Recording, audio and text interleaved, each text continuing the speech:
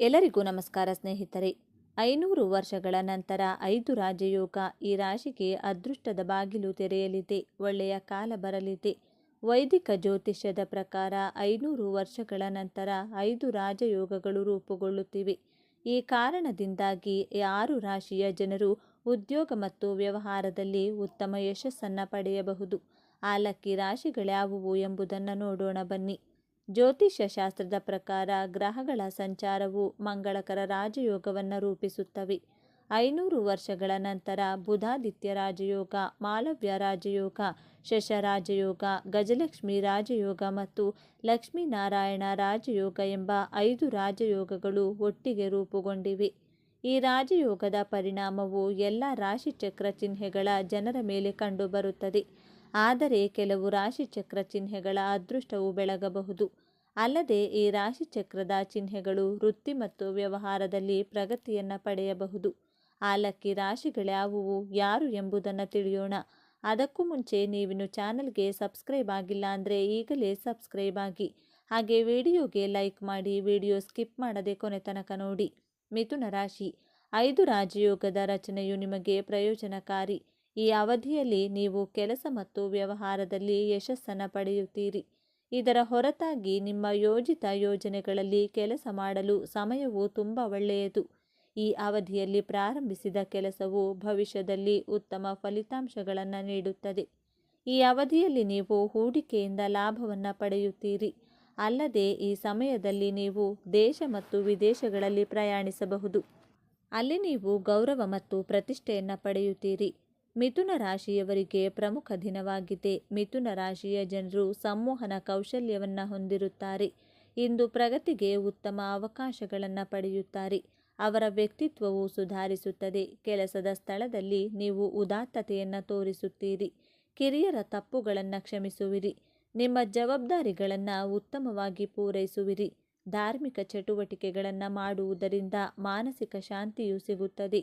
ಉದ್ಯೋಗಿಗಳಿಗೆ ತಮ್ಮ ವೃತ್ತಿ ಜೀವನದಲ್ಲಿ ಪ್ರಗತಿಗೆ ಅವಕಾಶಗಳು ಸಿಗುತ್ತವೆ. ನಿಮ್ಮ ಸಂಬಳದಲ್ಲಿ ಹೆಚ್ಚಳದ ಸೂಚನೆಗಳಿವೆ. ಕುಟುಂಬ ಜೀವನವು ಉತ್ತಮವಾಗಿರುತ್ತದೆ. ಮಕರ ರಾಶಿ. 5 ರಾಜಯೋಗಗಳ ರಚನೆಯು ಮಕರ ರಾಶಿಯ ಜನರಿಗೆ ಮಂಗಳಕರವಾಗಿದೆ. ಈ ಅವಧಿಯಲ್ಲಿ ನೀವು ಕಾಲಕಾಲಕ್ಕೆ ಅನಿರೀಕ್ಷಿತ ಹಣದ ಲಾಭವನ್ನು ಪಡೆಯುತ್ತೀರಿ.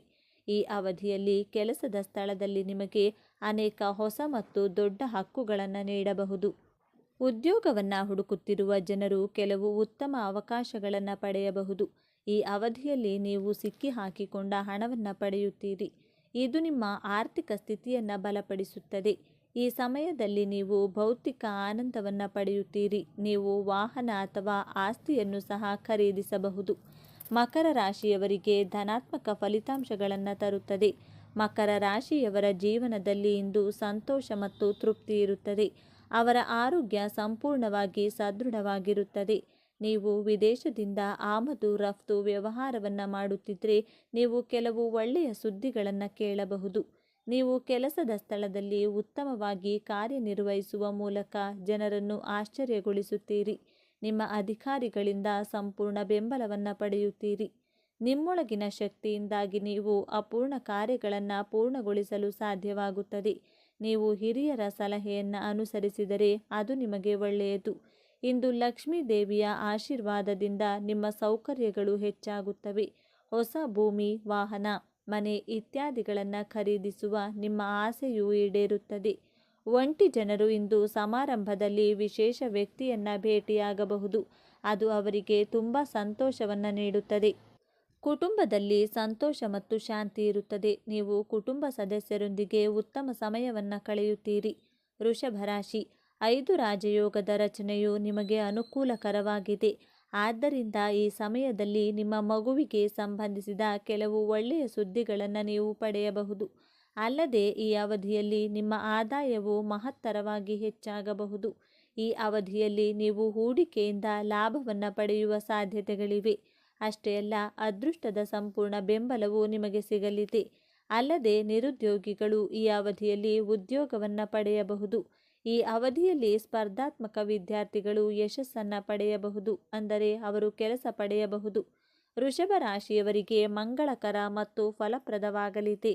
ವೃಷಭ ರಾಶಿಯ ಜನರು ಇಂದು ತಮ್ಮ ಆರ್ಥಿಕ ಜೀವನದಲ್ಲಿ ಸ್ಥಿರತೆಯನ್ನು ಸಾಧಿಸುತ್ತಾರೆ. ಬಹಳಷ್ಟು ಸಂತೋಷ ಮತ್ತು ಸಮೃದ್ಧಿಯನ್ನು ಅನುಭವಿಸುತ್ತಾರೆ. ಕಠಿಣ ಪರಿಶ್ರಮ ಮತ್ತು ಪ್ರಯತ್ನದ ಮೂಲಕ ನಿಮ್ಮ ಕನಸುಗಳನ್ನು ನನಸಾಗಿಸಲು ಮತ್ತು ನಿಮ್ಮ ಗುರಿಗಳನ್ನು ಸಾಧಿಸಲು ನೀವು ಅವಕಾಶವನ್ನು ಪಡೆಯಬಹುದು. ಮಹಾದೇವನ ಕೃಪೆಯಿಂದ ಎಲ್ಲ ರೀತಿಯ ಪರಿಸ್ಥಿತಿಗಳನ್ನು ಎದುರಿಸಲು ನೀವು ದೈಹಿಕವಾಗಿ ಮತ್ತು ಮಾನಸಿಕವಾಗಿ ಸದೃಢರಾಗುತ್ತೀರಿ. ಕುಟುಂಬದಲ್ಲಿನ ಸದಸ್ಯರ ವಿವಾಹದ ವಿಷಯವು ಮುಂದುವರಿಯಬಹುದು. ಅದರ ಬಗ್ಗೆ ಎಲ್ಲ ಸದಸ್ಯರು ಸಂತೋಷವಾಗಿರುತ್ತಾರೆ. ನಿಮ್ಮ ವೃತ್ತಿ ಜೀವನದಲ್ಲಿ ನೀವು ಯಶಸ್ಸನ್ನು ಪಡೆಯಬಹುದು ಮತ್ತು ನಿಮ್ಮ ಕೆಲಸವನ್ನು ಎಲ್ಲೆಡೆ ಪ್ರಶಂಸಿಸಲಾಗುತ್ತದೆ. ನಿಮ್ಮ ಕುಟುಂಬದ ಸದಸ್ಯರೊಂದಿಗೆ ಉತ್ತಮ ಸಮಯವನ್ನು ಕಳೆಯುವ ಅವಕಾಶವನ್ನು ನೀವು ಪಡೆಯುತ್ತೀರಿ. ಮನೆಯ ಚಿಕ್ಕ ಮಕ್ಕಳೊಂದಿಗೆ ನವರಾತ್ರಿ ಜಾತ್ರೆಯನ್ನು ನೋಡಲು ಸಹ ಹೋಗಬಹುದು. ಮನರಂಜನೆಗಾಗಿ ಹಣವನ್ನು ಖರ್ಚು ಮಾಡುತ್ತೀರಿ. ಮೀನರಾಶಿಯವರಿಗೆ ಧೈರ್ಯ ಹೆಚ್ಚಾಗುವುದು. ಮೀನರಾಶಿಯವರು ಧಾರ್ಮಿಕ ಯಾತ್ರೆಗೆ ಹೋಗಬಹುದು. ನೀವು ಒಳ್ಳೆಯ ಸುದ್ದಿಗಳನ್ನು ಕೇಳುತ್ತಿರುತ್ತೀರಿ. ನಿಮ್ಮ ಆತ್ಮಸ್ಥೈರ್ಯದಲ್ಲಿ ಹೆಚ್ಚಳ ಕಂಡುಬರುತ್ತದೆ. ಇದರಿಂದಾಗಿ ಧೈರ್ಯದ ನಿರ್ಧಾರಗಳನ್ನು ತೆಗೆದುಕೊಳ್ಳುವಲ್ಲಿ ಯಾವುದೇ ಸಮಸ್ಯೆ ಇರುವುದಿಲ್ಲ. ನಿಮ್ಮ ಮಾತು ಮತ್ತು ನಡವಳಿಕೆಯಲ್ಲಿ ನೀವು ಮಾಧುರ್ಯವನ್ನು ಹೊಂದಿರುತ್ತೀರಿ. ಇದರಿಂದಾಗಿ ಜನರನ್ನು ನಿಮ್ಮ ಕಡೆಗೆ ಆಕರ್ಷಿಸುವಲ್ಲಿ ನೀವು ಯಶಸ್ವಿಯಾಗುತ್ತೀರಿ. ಸಂಪತ್ತಿನ ಹೆಚ್ಚಳದಿಂದಾಗಿ ನೀವು ಇಂದು ಜನರಿಗೆ ನೀಡಿದ ಭರವಸೆಗಳನ್ನು ಸುಲಭವಾಗಿ ಪೂರೈಸಲು ಸಾಧ್ಯವಾಗುತ್ತದೆ. ಕುಟುಂಬದ ಸದಸ್ಯರಿಂದ ಕೆಲವು ಸಂತೋಷದ ಸುದ್ದಿಗಳನ್ನು ಕೇಳಬಹುದು. ನೀವು ಸಾಮಾಜಿಕ ಮತ್ತು ಧಾರ್ಮಿಕ ಕಾರ್ಯಕ್ರಮಗಳಲ್ಲಿ ಭಾಗವಹಿಸುವ ಅವಕಾಶವನ್ನು ಪಡೆಯುತ್ತೀರಿ. ಇದರಿಂದಾಗಿ ನಿಮ್ಮ ಖ್ಯಾತಿಯು ಎಲ್ಲೆಡೆ ಹರಡುತ್ತದೆ. ನೀವು ಬೆಟ್ಟಿಂಗ್ ಅಥವಾ ಷೇರು ಮಾರುಕಟ್ಟೆಯಲ್ಲಿ ಹಣವನ್ನು ಹೂಡಿಕೆ ಮಾಡಿದರೆ ಭವಿಷ್ಯದಲ್ಲಿ ನೀವು ಅದರಿಂದ ಉತ್ತಮ ಲಾಭವನ್ನು ಕೂಡ ಪಡೆಯುವ ಸಾಧ್ಯತೆ ಇದೆ. ಧನಸ್ಸು ರಾಶಿ. ಧನು ರಾಶಿಯವರಿಗೆ ವಿಶೇಷ ಸಾಧನೆಯನ್ನು ತರಲಿದೆ. ಧನು ರಾಶಿಯವರು ಇಂದು ಹಣವನ್ನು ಸ್ವಲ್ಪ ಒಳ್ಳೆಯ ಲಾಭಕ್ಕಾಗಿ ಹೂಡಿಕೆ ಮಾಡಿದರೆ ಅದು ಖಂಡಿತವಾಗಿಯೂ ನಿಮಗೆ ಉತ್ತಮ ಲಾಭವನ್ನು ನೀಡುತ್ತದೆ. ನೀವು ಯಾವುದೇ ಕೆಲಸವನ್ನು ಪಾಲುದಾರಿಕೆಯಲ್ಲಿ ಮಾಡುವುದು ಉತ್ತಮ. ವಿಶೇಷ ವ್ಯಕ್ತಿಗಳೊಂದಿಗೆ ನಿಮ್ಮ ಪರಿಚಯವು ಹೆಚ್ಚಾಗುತ್ತದೆ. ವಿದ್ಯಾರ್ಥಿಗಳು ತಮ್ಮ ಶಿಕ್ಷಣದಲ್ಲಿ ಎದುರಿಸುತ್ತಿರುವ ಸಮಸ್ಯೆಗಳ ಬಗ್ಗೆ ತಮ್ಮ ಶಿಕ್ಷಕರೊಂದಿಗೆ ಮಾತನಾಡಬಹುದು. ಇದರಲ್ಲಿ ತಂದೆಯ ಬೆಂಬಲವು ಸಿಗುತ್ತದೆ. ಪ್ರೀತಿಯ ಜೀವನದಲ್ಲಿರುವವರಿಗೆ ಇಂದು ವಿಶೇಷ ದಿನವಾಗಿರುತ್ತದೆ. ನಿಮ್ಮ ಪ್ರೀತಿ ಪಾತ್ರರನ್ನು ನಿಮ್ಮ ಕುಟುಂಬ ಸದಸ್ಯರ ಮುಂದೆ ನೀವು ಭೇಟಿ ಮಾಡಿಸಬಹುದು. ನಿಮ್ಮ ಜೀವನದಲ್ಲಿ ನೀವು ಸಂತೋಷ ಮತ್ತು ಸಮೃದ್ಧಿಯನ್ನು ಕಾಣುತ್ತೀರಿ. ನೀವು ಹಳೆಯ ಸಾಲಗಳನ್ನು ಸುಲಭವಾಗಿ ಮರುಪಾವತಿಸಲು ಸಾಧ್ಯವಾಗುತ್ತದೆ. ನಿಮ್ಮ ಸಂಗಾತಿಯೊಂದಿಗೆ ಯಾವುದೇ ವಿವಾದಗಳು ನಡೆಯುತ್ತಿದ್ದರೆ ಇಂದು ನೀವು ಅವನಿಗೆ ಅಥವಾ ಅವಳಿಗೆ ವಿಶೇಷ ಉಡುಗೊರೆಗಳನ್ನು ತಂದು ಕೋಪ ತಣ್ಣಗಾಗಿಸಬಹುದು. ಅದು ವಿವಾದವನ್ನು ಪರಿಹರಿಸುತ್ತದೆ ಮತ್ತು ಸಂಬಂಧವನ್ನು ಬಲಪಡಿಸುತ್ತದೆ. ತುಲಾ ರಾಶಿಯವರಿಗೆ ಲಾಭದಾಯಕವಾಗಿರುತ್ತದೆ. ತುಲಾ ರಾಶಿಯವರು ಇಂದು ಕೆಲವು ಕೆಲಸಗಳ ಬಗ್ಗೆ ಚಿಂತಿಸುತ್ತಿದ್ದರೆ ಅದು ಇಂದು ಪೂರ್ಣಗೊಳ್ಳುತ್ತದೆ. ಅವರು ತಮ್ಮ ಮಕ್ಕಳೊಂದಿಗೆ ಆನಂದದಾಯಕ ಸಂಬಂಧವನ್ನು ಅನುಭವಿಸುತ್ತಾರೆ. ಸ್ವಂತ ವ್ಯವಹಾರ ನಡೆಸುತ್ತಿರುವವರು ಆರ್ಥಿಕ ಲಾಭ ಪಡೆಯುವ ಸಾಧ್ಯತೆ ಇದೆ. ಲಕ್ಷ್ಮೀ ದೇವಿಯ ಕೃಪೆಯಿಂದ ಉತ್ತಮ ಆರ್ಥಿಕ ಲಾಭ ಸಿಗಲಿದೆ. ಸಿಕ್ಕಿಬಿದ್ದ ಹಣ ವಾಪಸ್ ಬರಲಿದೆ. ಸಾಧ್ಯವಾದಷ್ಟು ಬೇಗ ನಿಮ್ಮ ಕೆಲಸವನ್ನು ಪೂರ್ಣಗೊಳಿಸುವಿರಿ. ನೀವು ಭೂಮಿ ಅಥವಾ ಇನ್ನಾವುದಾದರೂ ಹೂಡಿಕೆ ಮಾಡಲು ಬಯಸಿದರೆ ಇಂದು ನಿಮಗೆ ಮಂಗಳಕರವಾಗಿರುತ್ತದೆ. ಭವಿಷ್ಯದಲ್ಲಿ ನೀವು ಆರ್ಥಿಕ ಲಾಭಗಳನ್ನು ಪಡೆಯುತ್ತೀರಿ. ಕುಟುಂಬ ಜೀವನ ಅನುಕೂಲಕರವಾಗಿರುತ್ತದೆ. ನಿಮ್ಮ ಸಂಗಾತಿಯೊಂದಿಗಿನ ಸಂತೋಷವು ಹೆಚ್ಚಾಗುತ್ತದೆ. ಸಂಬಂಧಿಕರೊಂದಿಗೆ ನಿಮ್ಮ ಹೊಂದಾಣಿಕೆಯು ಉತ್ತಮವಾಗಿರುತ್ತದೆ ಮತ್ತು ನೀವು ಸ್ನೇಹಿತರೊಂದಿಗೆ ಕೆಲವು ಮನರಂಜನಾ ಕಾರ್ಯಕ್ರಮದಲ್ಲಿ ಭಾಗವಹಿಸುವಿರಿ. ಸ್ನೇಹಿತರೆ, ಈ ಮಾಹಿತಿ ನಿಮಗೆ ಇಷ್ಟವಾಗಿದ್ದಲ್ಲಿ ದಯವಿಟ್ಟು ಶೇರ್ ಮಾಡಿ, ಲೈಕ್ ಮಾಡಿ ಮತ್ತು ನಮ್ಮ ಚಾನಲ್ಗೆ ಸಬ್ಸ್ಕ್ರೈಬ್ ಆಗಿ.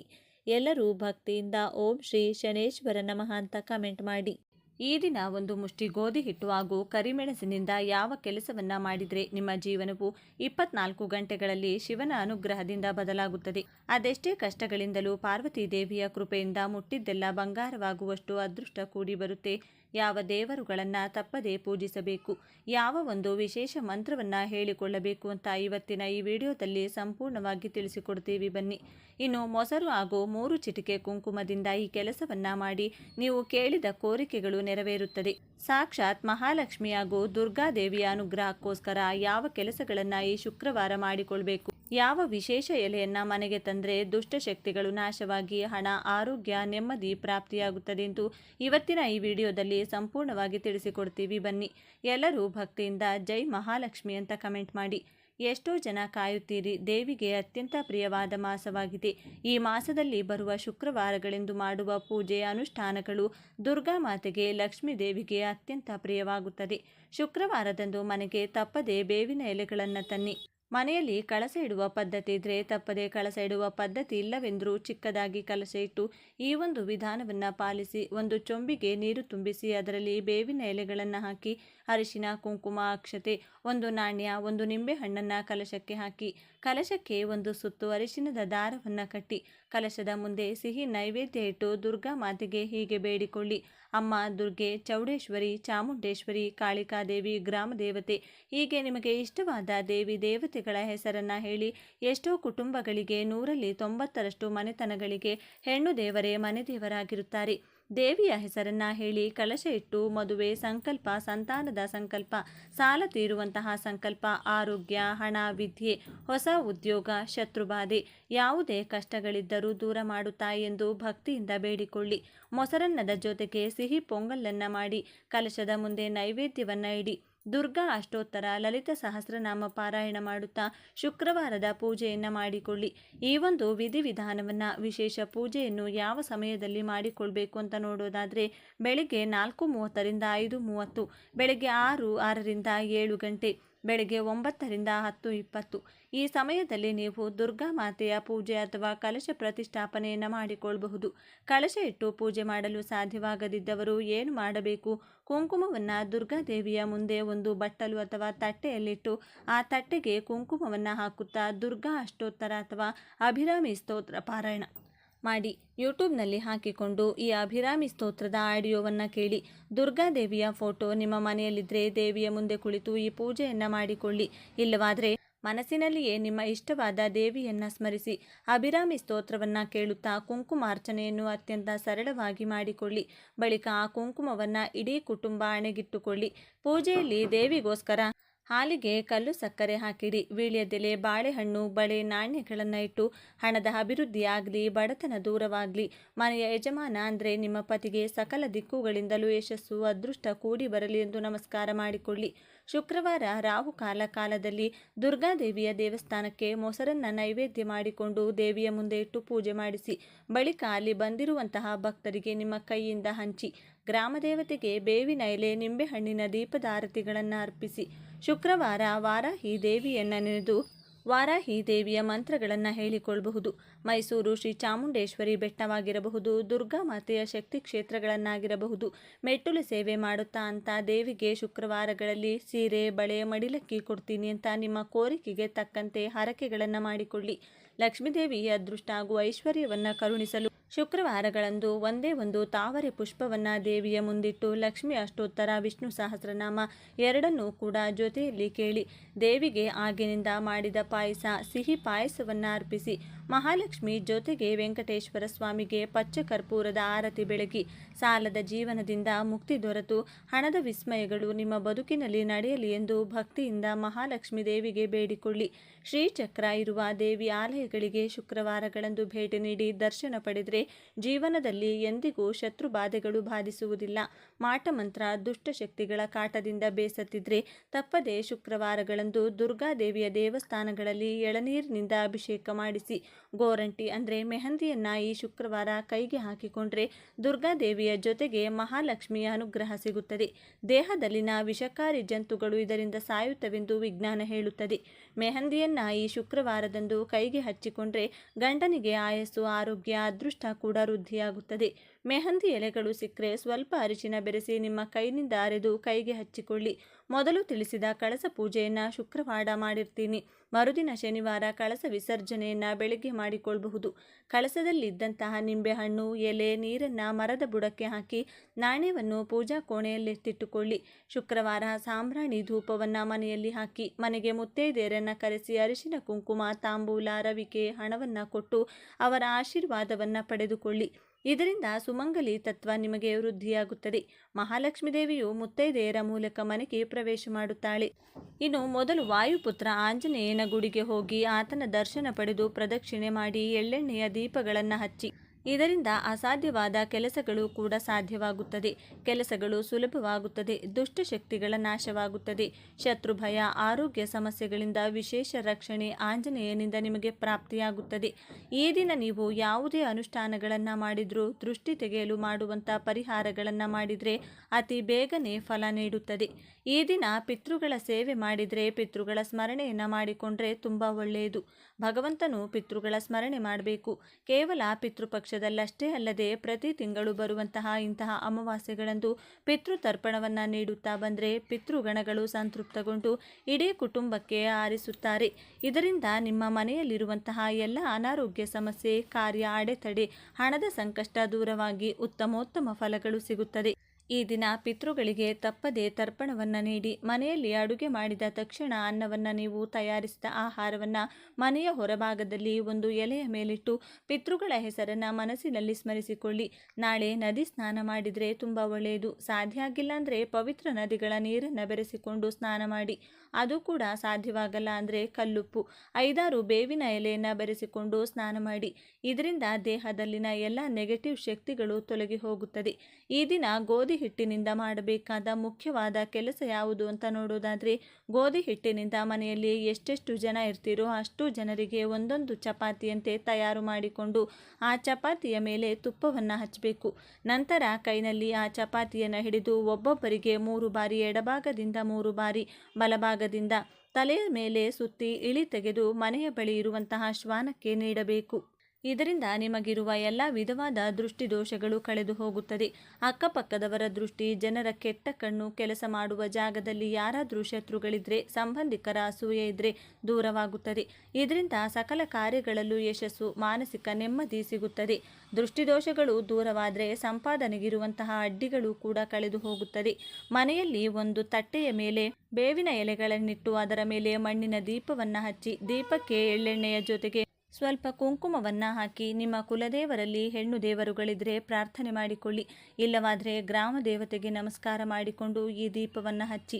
ಮನೆಯಲ್ಲಿನ ಎಲ್ಲ ನೆಗೆಟಿವ್ ಶಕ್ತಿಗಳು ಕಳೆದು ಅನೇಕ ಮೂಲಗಳಿಂದ ಧನಗಮನವಾಗುತ್ತದೆ. ಇದರ ಜೊತೆಗೆ ಮನೆಗೆ ಸಮೀಪವಿರುವಂತಹ ಗ್ರಾಮ ದೇವತೆಯ ಆಲಯಕ್ಕೆ ನಿಮ್ಮ ಕೈನಿಂದ ತಯಾರು ಮಾಡಿದ ನಿಂಬೆಹಣ್ಣಿನ ಚಿತ್ರಾನ್ನವನ್ನಾಗಿರಬಹುದು, ಮೊಸರನ್ನವಾಗಿರಬಹುದು ಕೊಟ್ಟು ವಿಶೇಷವಾಗಿ ಮನೆಯ ಸದಸ್ಯರ ಹೆಸರನ್ನು ಹೇಳುತ್ತಾ ಪೂಜೆಯನ್ನು ಮಾಡಿಸಿ. ನಂತರ ಪ್ರಸಾದವನ್ನು ಅಲ್ಲಿ ಬಂದಂತಹ ಭಕ್ತರಿಗೆ ನಿಮ್ಮ ಕೈಯಿಂದ ಹಂಚಿ, ದೇವಿ ದೇಗುಲದಲ್ಲಿ ಸಿಗುವ ಕುಂಕುಮವನ್ನು ಮನೆಗೆ ತಂದು ಹಣೆಗೆ ತಿಲಕವಾಗಿಡುತ್ತಾ ಬನ್ನಿ. ಇದರಿಂದ ಮುಂದಿನ ಗ್ರಾಮ ದೇವತೆಯ ರಕ್ಷಣೆ ನಿಮ್ಮ ಇಡೀ ಕುಟುಂಬಕ್ಕೆ ಸದಾ ಇರುತ್ತದೆ. ಈ ದಿನದಂದು ಮನೆಯಲ್ಲಿ ಶಿವಲಿಂಗ ಇತ್ತು ಅನ್ನೋದಾದರೆ ಕಪ್ಪು ದ್ರಾಕ್ಷಿ ರಸಕ್ಕೆ ಕಪ್ಪು ಮೆಣಸಿನ ಕಾಳುಗಳನ್ನು ಬೆರೆಸಿ ಅಭಿಷೇಕ ಮಾಡಿದರೆ ಶತ್ರುಗಳೆಲ್ಲ ಸಮೂಹವಾಗಿ ನಶಿಸಿ ಹೋಗ್ತಾರೆ. ಶತ್ರುಗಳು ಮಾಡಿಸುವಂತಹ ಮಾಟಮಂತ್ರ ಆಗಿರಬಹುದು, ದುಷ್ಟಶಕ್ತಿಗಳ ಕಾಟ ಆಗಿರಬಹುದು, ಅವರಿಗೆ ರಿವರ್ಸ್ ಆಗುತ್ತದೆ. ಆ ವ್ಯಕ್ತಿಯಿಂದ ನಿಮಗಾಗುವಂತಹ ತೊಂದರೆಗಳು ಶಾಶ್ವತವಾಗಿ ನಿಂತು ಹೋಗುತ್ತದೆ. ಈ ದಿನ ಸಾಧ್ಯವಾದರೆ ಶಿವನ ದೇಗುಲಕ್ಕೆ ಹೋಗಿ ಶಿವಪ್ಪನ ದರ್ಶನ ಮಾಡಿ ಮನೆಗೆ ಬನ್ನಿ. ಇನ್ನೂ ಸಾಧ್ಯವಾಗುತ್ತೆ ಅಂದರೆ ಕಾಲಭೈರವನ ದರ್ಶನ ಮಾಡಿಕೊಳ್ಳಿ. ಈ ದಿನದಂದು ಪುಸ್ತಕಗಳನ್ನು ದಾನವಾಗಿ ನೀಡಿ, ಧಾನ್ಯಗಳನ್ನು ದಾನವಾಗಿ ನೀಡಿ, ವಸ್ತ್ರ ದಾನವನ್ನು ಮಾಡಿ. ಇದರಿಂದ ಸಕಲ ಪಾಪಗಳು ನಶಿಸಿ ಪುಣ್ಯ ಫಲ ಪ್ರಾಪ್ತಿಯಾಗುತ್ತದೆ. ಇನ್ನು ಕೊನೆಯದಾಗಿ ಈ ಒಂದು ಮಂತ್ರವನ್ನು ಈ ದಿನ ಕೇವಲ 21 ಬಾರಿ ಹೇಳಿಕೊಂಡು ಶತ್ರುಗಳ ಹೆಸರನ್ನು ಸ್ಮರಿಸಿದರೆ ಅವರಿಂದ ಆಗುವಂತಹ ಎಲ್ಲ ಸಮಸ್ಯೆಗಳು, ಕಾಟಗಳು ನಿಂತು ಹೋಗುತ್ತದೆ. ಕೆಟ್ಟ ದೃಷ್ಟಿ, ಮಾಟಮಂತ್ರದ ಸಮಸ್ಯೆಗಳು ಕಳೆದು ಶತ್ರುಗಳು ಕೂಡ ನಿಮಗೆ ಮಿತ್ರರಾಗಿ ಪರಿವರ್ತನೆ ಆಗ್ತಾರೆ. ಈ ಒಂದು ಮಂತ್ರ ಈ ವಿಧವಾಗಿದೆ: ಓಂ ರಾಮ ಪರಶುರಾಮ ನರಸಿಂಹ ವಿಷ್ಣು ವಿಕ್ರಮ ನಮೋ ನಮಃ. ಮತ್ತೊಮ್ಮೆ ಹೇಳ್ತೀವಿ ಕೇಳಿ: ಓಂ ರಾಮ ಪರಶುರಾಮ ನೃಸಿಂಹ ವಿಷ್ಣು ವಿಕ್ರಮ ನಮೋ ನಮಃ. ಈ ಒಂದು ಅದ್ಭುತವಾದ ಮಂತ್ರವನ್ನು ನಾಳೆಯ ದಿನ ಸಾಧ್ಯವಾದಷ್ಟು ಬಾರಿ ಹೇಳಿಕೊಂಡು ವಿಷ್ಣು ದೇವರನ್ನು ವಿವಿಧ ರೀತಿಯಲ್ಲಿ ಸ್ಮರಿಸಿಕೊಳ್ಳಿ. ನೋಡಿದ್ರಲ್ಲ, ಶುಕ್ರವಾರದಂದು ಯಾವೆಲ್ಲ ಕೆಲಸಗಳನ್ನು ಮಾಡಿದರೆ ದುರ್ಗಾ ಮಾತೆ ಹಾಗೂ ಸಾಕ್ಷಾತ್ ಶ್ರೀ ಮಹಾಲಕ್ಷ್ಮೀ ದೇವಿಯು ಮನೆಗೆ ಬಂದು ಕುಟುಂಬದ ರಕ್ಷಣೆ ಮಾಡ್ತಾಳೆ ಅಂತ ಇವತ್ತಿನ ಈ ವಿಡಿಯೋದಲ್ಲಿ ತಿಳಿಸಿಕೊಟ್ಟಿದ್ದೇವೆ. ಈ ಮಾಹಿತಿ ನಿಮಗೆ ಇಷ್ಟವಾದರೆ ಜೈ ದುರ್ಗಾ ಮಾತೆ, ಜೈ ಮಹಾಲಕ್ಷ್ಮೀ ದೇವಿ ಅಂತ ಬರೆದು ಈ ವಿಡಿಯೋವನ್ನು ಪ್ರತಿಯೊಬ್ಬರಿಗೂ ಶೇರ್ ಮಾಡಿ. ಮುಂದಿನ ಬಾರಿ ಮತ್ತೊಂದು ವಿಶೇಷ ದೈವ ಮಾಹಿತಿಯೊಂದಿಗೆ ನಿಮ್ಮ ಚಾನಲ್ ಮೂಲಕ ಭೇಟಿಯಾಗೋಣ. ಧನ್ಯವಾದಗಳು ಸ್ನೇಹಿತರೆ.